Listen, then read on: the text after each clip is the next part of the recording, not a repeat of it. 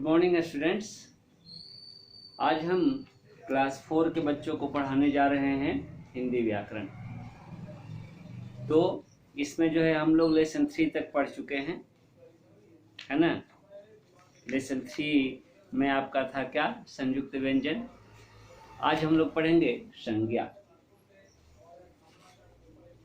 तो हम आपके चैप्टर से शुरू करते हैं जो लिखा गया है यहाँ पर संज्ञा से, जो आपके बुक में है। पेज नंबर 22 को सारे बच्चे निकाल करके बैठे, ठीक है। देखिए 22 नंबर पेज में लिखा हुआ है ऊपर क्या, कि शहर में मेला लगा है, बच्चे अपने माता पिता के साथ मेला देखने आए हैं। एक लड़का आइसक्रीम खा रहा है। एक लड़का क्या खा रहा है? आइसक्रीम खा रहा है। कुछ बच्चे जो है झूला झूल रहे हैं। जादूगर अपना जादू खेल दिखा रहा है और लड़की अपने माता पिता के साथ जो है नाव पर बैठी है। फिर क्या है, एक आदमी मेलोडियन बजा रहा है। मेलोडियन कोई इंस्ट्रूमेंट है जो कि बजाया जाता है, ठीक है। तो मेलोडियन बजा रहा है। तो इस तरह से हम क्या पाते हैं, ऊपर के वाक्यों में सभी जो रंगीन शब्द दिए गए हैं वह क्या है, किसी न किसी के नाम हैं। चाहे वह शहर है, मेला है, बच्चे हैं, माता पिता है ना, या क्या नाम है, जादूगर है, फिर से नाव है, या मेलोडियन है, आदमी है। ये सबके सब क्या है, नाम है। और नाम को ही जो है संज्ञा कहते हैं। हम लोग क्लास 1 में जो है पढ़ाए हैं, है ना। क्लास 2 में संज्ञा का डिफिनीशन जो है दिया गया है ना। क्लास 3 में भी। कहने का मतलब मेरा क्या, कि बच्चे जो है संज्ञा शब्द से अनभिज्ञ नहीं है। बच्चे जो है संज्ञा शब्द को जानते हैं, संज्ञा क्या है। इंग्लिश में पढ़ते हो, है ना, क्या कि नाउन, व्हाट इज नाउन, क्या जवाब देते हो, naming words are called noun, है ना। तो कहने का मतलब कि नाम वाले शब्दों को ही संज्ञा कहते हैं, ठीक है। तो यहाँ पर देखा जाए, क्लियरफाई किया गया है क्या, कि आइसक्रीम, झूला, मेलोडियन, नाव, ये क्या है, ये सारे के सारे जो है वस्तुओं के नाम है। किसके नाम है? वस्तुओं के नाम है। नेक्स्ट, बच्चे, माता पिता, आदमी, जादूगर, लड़की, लड़का, ये क्या है, व्यक्तियों के नाम है, व्यक्ति, पर्सन। नेक्स्ट जो है मेला, शहर, ये क्या है, स्थानों के नाम है। स्थान कहिए या जगह कहिए, बात एक ही है, जगह भी कह सकते हैं, प्लेस। फिर नीचे क्या है, बुढ़ापा और आनंद, ये क्या है, यह जो है भावों के नाम है। अब बुढ़ापा और आनंद को भाव कहा गया है। भाव क्या है? भाव फीलिंग को कहेंगे। फीलिंग्स हमारे अंदर आती है, खुशी की, दुख का फीलिंग। भाव जो है दिखाई नहीं देता है, क्या होता है, हम लोग महसूस करते हैं, ठीक है। तो इस तरह से हम क्या डिफिनेशन देंगे, किसी भी वस्तु, व्यक्ति, स्थान, प्राणी या भाव के नाम को संज्ञा कहते हैं, ठीक है। तो संज्ञा का डिफिनेशन जो है हम यहीं देंगे। आइए क्वेश्चन हम देते हैं क्या, कि संज्ञा किसे कहते हैं, ठीक है। उदाहरण दे। क्वेश्चन क्या दे रहे हैं, संज्ञा किसे कहते हैं, उदाहरण दे। देखिए यहाँ पर जो है लिखे हुए हैं, है ना, इसको पढ़िए। देखिए, संज्ञा किसे कहते हैं, संज्ञा किसे कहते हैं, उदाहरण दे। व्हाट इज नाउन, और right examples, right with examples. देखिए, किसी वस्तु, व्यक्ति, स्थान या भाव के नाम को संज्ञा कहते हैं। आपके बुक में भी दिया गया है कुछ ऐसे ही, है ना। जैसे अब देखिए हम यहाँ पर उदाहरण क्या दिए हैं, एक एक जो है वस्तु, व्यक्ति, स्थान या भाव, इसी को लेकर उदाहरण दिए हैं। वस्तु, तो वस्तु के जगह पर देखिए पहला उदाहरण टेबल दे दिए।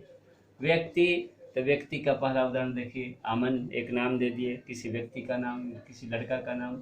स्थान, रामपुर हाट दे दिए, रामपुर हाट स्थान, है ना। फिर से जो है भाव, भाव में खुशी दे दिए, खुशी, हमें खुशी हुई। तो इस तरह से जो है एक एक जो शब्द है, चाहे वस्तु है, व्यक्ति है, स्थान है या भाव है, सबका उदाहरण दे दिए। तो क्वेश्चन क्या लिखेंगे आप लोग, कि संज्ञा किसे कहते हैं, उदाहरण दे। ठीक है, मैं अपने मन से क्वेश्चन यहाँ पर अभी दिया, आपके एक्सरसाइज का क्वेश्चन जो है देखेंगे क्या है, उसके अनुसार हम बोलेंगे। ठीक है, तो आइए फिर से एक बार आप जो है पेज नंबर 23 पर आइए। 23 संज्ञा के भेद पढ़ना है। संज्ञा के भेद, संज्ञा के कितने भागों में बांटा गया है? तो 3 भागों में बांटा गया है। क्या है? व्यक्तिवाचक संज्ञा, जातिवाचक संज्ञा और भाववाचक संज्ञा। वैसे तो संज्ञा के जो है 5 भेद होते हैं, है ना, सुने होंगे आप लोग। क्या? व्यक्तिवाचक संज्ञा, जातिवाचक संज्ञा, है ना, भाववाचक संज्ञा, समूहवाचक संज्ञा, द्रव्यवाचक संज्ञा। लेकिन आपका 3 पढ़ना है, ठीक है, 3 ही पढ़िए, चलिए कोई दिक्कत नहीं। अब एक एक को जो है हम लोग डिफाइन करेंगे, डिफिनीशन देंगे कि व्यक्तिवाचक संज्ञा क्या है, जातिवाचक संज्ञा क्या है और भाववाचक संज्ञा क्या है। समझ रहे हैं बात को? ध्यान दे, बात को समझिएगा। इस पर क्वेश्चन आएगा तो आप लिख सकते हैं सुनने के बाद बात, और नहीं ध्यान देंगे तो क्या होगा, क्वेश्चन आएगा नहीं लिख सकते हो। तो बातों को समझो। क्या है?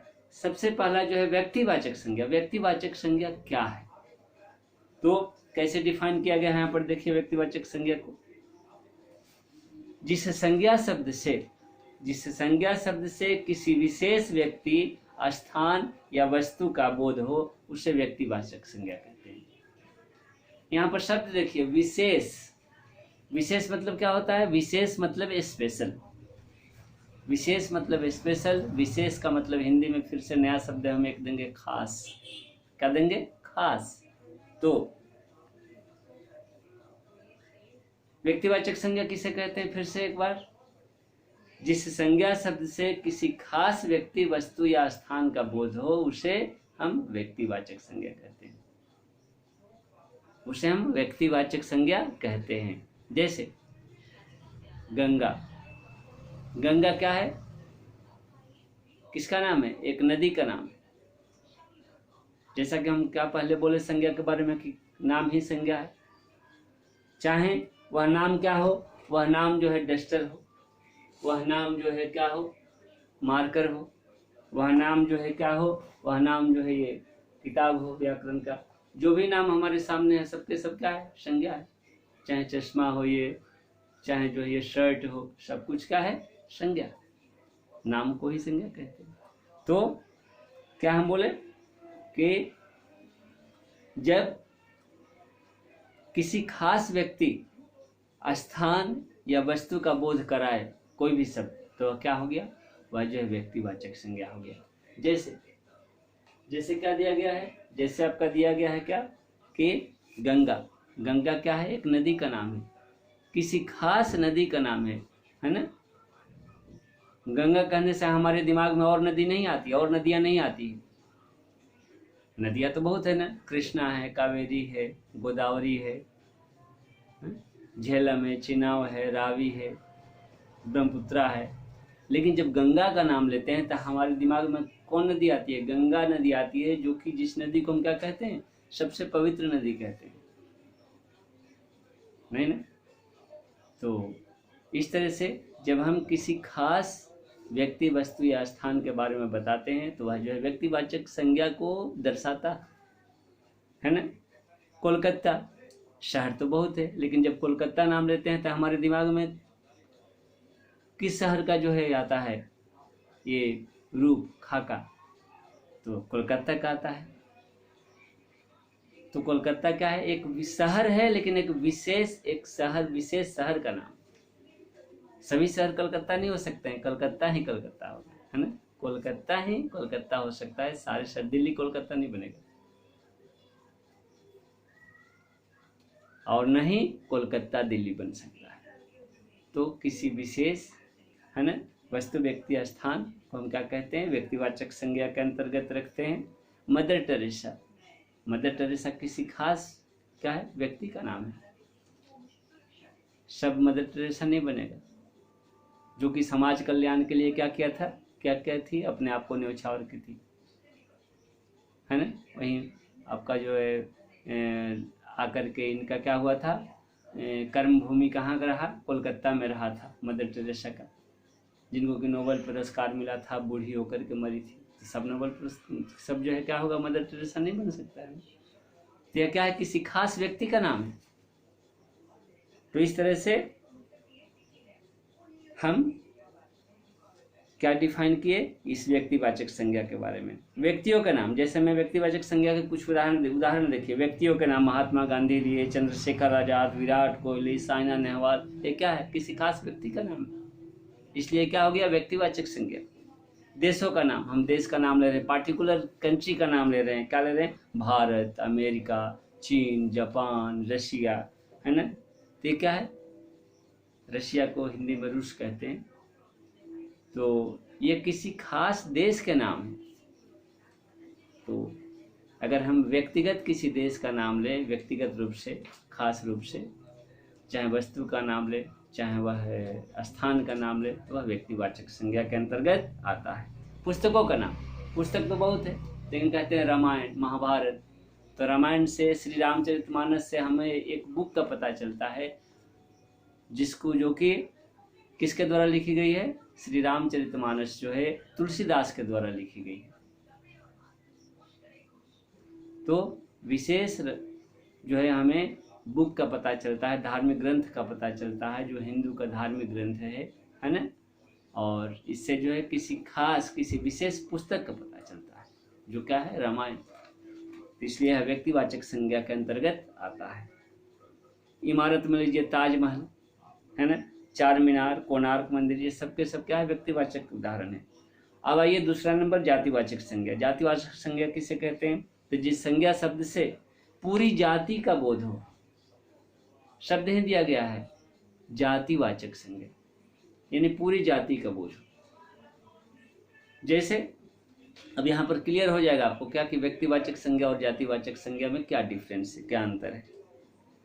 तो अगर हम नदी शब्द कहते हैं, एज फॉर एग्जाम्पल हम लेते हैं, उदाहरण के तौर पर नदी शब्द कहते हैं, तो पूरे नदी जाति का बोध होता है। तो यहाँ पर नदी शब्द जो है, नदी जातिवाचक संज्ञा को दर्शाता है।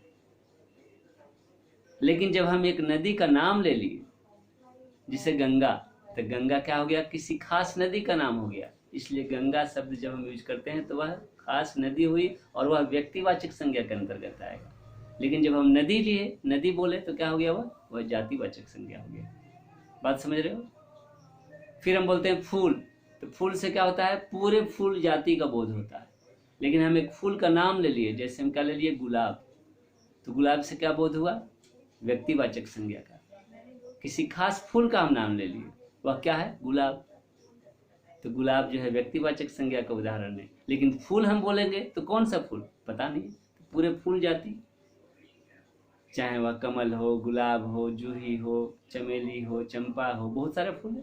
तो फूल मतलब पूरे फूल जाति का बोध होता है। इसलिए फूल जो है जातिवाचक संज्ञा का उदाहरण है, जबकि किसी फूल का हम नाम ले लेते हैं तो वह व्यक्तिवाचक का उदाहरण हो जाएगा। बात समझ गए, ठीक है। तो यही हुआ आपका क्या, लड़का। लड़का तो कौन लड़का, पता नहीं, लड़का जो है जातिवाचक का उदाहरण है। लेकिन लड़का का हम नाम ले लिए, क्या, अमन। अमन क्या हो गया, व्यक्तिवाचक संज्ञा। लड़की, लड़की क्या है, पूरी लड़की जाति का बोध है, लेकिन एक खास हम लड़की का नाम ले लें। जैसे आपके क्लास की कोई बच्ची का नाम बताइए, क्या नाम है, वैष्णवी। तो वैष्णवी क्या हो गया, वैष्णवी जो है यह व्यक्तिवाचक का उदाहरण हुआ। जबकि लड़की कहा गया, लड़की कहा गया क्या, वो पूरे जाति का उदाहरण हुआ, ठीक है। तो पक्षी, पक्षी जातिवाचक होता है, लेकिन हम एक पक्षी का नाम लेते हैं, क्या, तोता। तोता या कोयल क्या हो गया, कोयल व्यक्तिवाचक का उदाहरण हो गया। तो मैं समझता हूँ क्या कि सारे बच्चे जो है व्यक्तिवाचक और जातिवाचक में अंतर क्या है समझ गए होंगे, ठीक है। तो जातिवाचक संज्ञा किसे कहते हैं, लास्ट में एक बार फिर से, जिस संज्ञा शब्द से पूरी जाति का बोध हो उसे जातिवाचक संज्ञा कहते हैं, ठीक है। नेक्स्ट आइए, इससे क्या होता है, यह जो है किसी व्यक्ति, किसी खास व्यक्ति, वस्तु, स्थान का बोध नहीं कराते हैं, किसी विशेष व्यक्ति या स्थान का बोध नहीं कराते हैं, है ना। यह जो है पूरी जाति का बोध कराते हैं, इसलिए यह जातिवाचक संज्ञा के अंतर्गत आते हैं। ये हो गया जातिवाचक। लास्ट आइए भाववाचक। क्या है, भाववाचक संज्ञा किसे कहते हैं। तो जो संज्ञा शब्द मन के भाव किसी वस्तु, व्यक्ति, स्थान के गुण, दोष और अवस्था के बारे में बताते हैं उसे हम क्या कहते हैं, भाववाचक संज्ञा कहते हैं। वह अवस्था के बारे में बताता है, भाव फीलिंग्स, हमारे अंदर का फीलिंग को हमारे सामने लाता है, वह क्या है, भाववाचक संज्ञा। जैसे आम में मिठास है, तो मिठास क्या है, मिठास पता चलता है नहीं, मिठास एक फीलिंग है, हमको टेस्ट करने के बाद ही पता चलेगा। ठीक है। बगीचे में, बगीचे की सुंदरता देखने योग्य है, तो सुंदरता जो शब्द क्या है, यह जो है एक फीलिंग है कि हम देखते हैं तो सुंदर लगता है वो चीज़, तो हम जो है क्या है, उसको जो है उससे शब्द से नवाजते हैं, उस शब्द देते हैं क्या कि सुंदर है। तो सुंदरता क्या है, एक हमारे फीलिंग है। जैसे हम कहते हैं कि अचार जो है, आम का अचार बहुत खट्टा होता है, तो खट्टा, खट्टा क्या है, खट्टा जो है फीलिंग है। अब जैसे खट्टा लेते हैं नाम, और जो बच्चा बहुत लालची होता है, अचार खाने का बहुत उसको मन करता है, तो क्या होता है, उसके मुंह में क्या होने लगता है, उसके मुंह में पानी आने लगता है। क्यों, तो उसके मन में फीलिंग आ जाती है। क्या फीलिंग आ जाती है, वो खट्टेपन की, खट्टा खट्टा चीज की। अचार तो मिला नहीं, फीलिंग आ गई, मुंह में जो है पानी आने लगा। ये क्यों आया, क्योंकि फीलिंग हो रही है। तो खट्टा, खटास है ना, मिठास, ये सब क्या है, खुशी, हैप्पीनेस, ये क्या है, फीलिंग है। तो भाववाचक संज्ञा क्या है, तो जो संज्ञा शब्द मन के भाव किसी वस्तु, व्यक्ति, स्थान के गुण, दोष या अवस्था के बारे में बताते हैं, है ना। जैसे वह बुरा है, उसके गुण को, दोष को बता रहा है। वह अच्छा है, तो वह अच्छा है, हम उसमें अच्छाई देखते हैं। तो अच्छाई जब हम देखते हैं तो ये क्या है, उसका गुण हुआ। तो अच्छाई जो है क्या है, फीलिंग है। हम उसके एक्टिविटी से इस फीलिंग को निकालते हैं। अगर वो अच्छा काम करता है, कंस्ट्रक्टिव वर्क करता है, तो हम उसको अच्छा मानते हैं। तो अच्छाई हो या बुराई हो, ये क्या है, एक फीलिंग होती है ना। हम उसके कर्मों के आधार पर, वह कर्म जो है, जो कार्य कर रहा है, वो कंस्ट्रक्टिव कार्य कर रहा है कि डिस्ट्रक्टिव कर रहा है, वह रचनात्मक कर रहा है या विध्वंस करने वाला काम कर रहा है, खराब काम कर रहा है, उसके आधार पर हम उसके अच्छाई और बुराई को बताते हैं। तो क्या है, एक फीलिंग है और कुछ नहीं। वह अच्छा है तो अच्छा दिखाई देता है, वह बुरा लड़का है तो बुरा दिखाई दिया, उसमें बहुत सारी बुराइयां हैं, बुराइयां दिखाई देती है, दिखाई नहीं देती है ना। हम महसूस करते हैं, उसके कर्मों के आधार पर कहते हैं और उसको शब्द देते हैं। ऐसा ये आपका हो गया क्या, चाहे खुशबू हो, हरियाली हो, खुशबू, गुलाब की खुशबू बहुत ही क्या होती है, मनमोहक होती है। तो खुशबू दिखाई देती है नहीं, हम ले जाते हैं नाक के पास में गुलाब का फूल, उसका गंध लेते हैं, खुशबू हम महसूस करते हैं, है ना, वो दिखाई नहीं देता है। समझ रहे। तो हो गया ये भाववाचक। आइए कुछ भाववाचक संज्ञा को हम देखते हैं, जो संज्ञा सर्वनाम, विशेषण और क्रिया से बनती है। जैसे मित्र, मित्र से क्या बना, भाववाचक संज्ञा बनी है मित्र से, मित्रता। सुंदर से सुंदरता, वीर से वीरता, तो भाववाचक संज्ञा बनाइए। इस क्वेश्चन आ सकता है ऐसे, है ना। ऊंचा से क्या होगा भाववाचक संज्ञा, ऊंचाई। कठोर से कठोरता, मीठा से मिठास, गहरा से गहराई, है ना। तो निम्नलिखित शब्दों से भाववाचक संज्ञा बनाइए, ऐसा क्वेश्चन आ सकता है। ठीक है, तो आज इतना ही हम लोग पढ़े। नेक्स्ट से क्या करेंगे, हम लोग इसके क्वेश्चन आंसर पर विचार करेंगे। ठीक है, क्वेश्चन आंसर लिखेंगे और ये क्वेश्चन जो लिखे हैं बच्चे लिख सकते हैं, है ना। आज के लिए इतना ही, मन लगाकर पढ़िए, है ना। जो भी डाउट हो उसको पूछिए। धन्यवाद।